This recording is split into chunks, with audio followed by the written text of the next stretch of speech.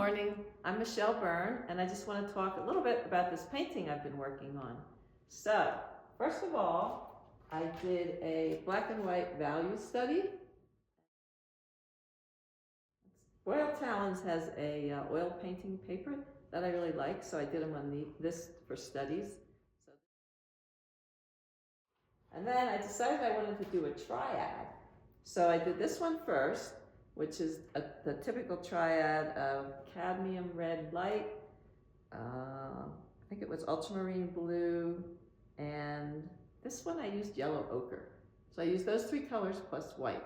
And it was good, but I wasn't totally thrilled with it. I wanted to get a deeper sky, and I don't know, I just wanted to get more pinks and purples in it.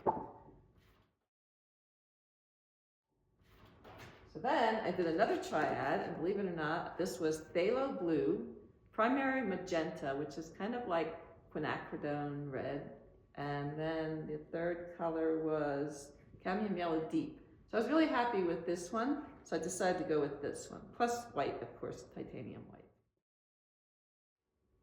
And then here is the painting. So I did this, it probably took a couple days, but what I'm going to do now is I'm going to let it stew on my easel because I'm leaving this morning for a long drive to Florida where I'll be teaching 4 workshops.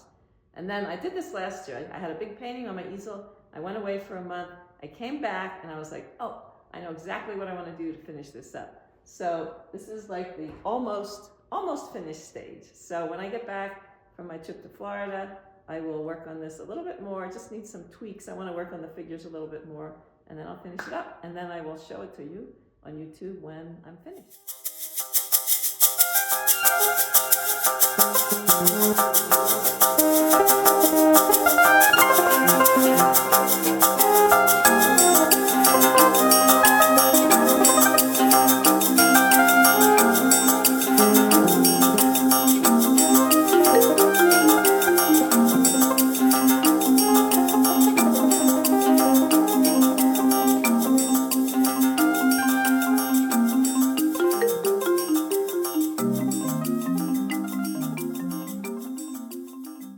When I add the highlights to the people, I use this rigger paintbrush, and it's a really long watercolor.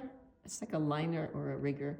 So then when I put the highlights on the people, I just kind of lay the paint on top of what's there, rather than, if I use a watercolor, an oil painting brush, it seems to make the, it kind of digs in. So another thing I do sometimes is put a lot of paint on my palette knife and twirl it around so that I have kind of a big blob on there. And then what it does is it lays on top of the paint. So like maybe you see a little bit of light through there, but all of a sudden it gives the figure some shape. So to finish this up, I want to add a little more movement to the figures.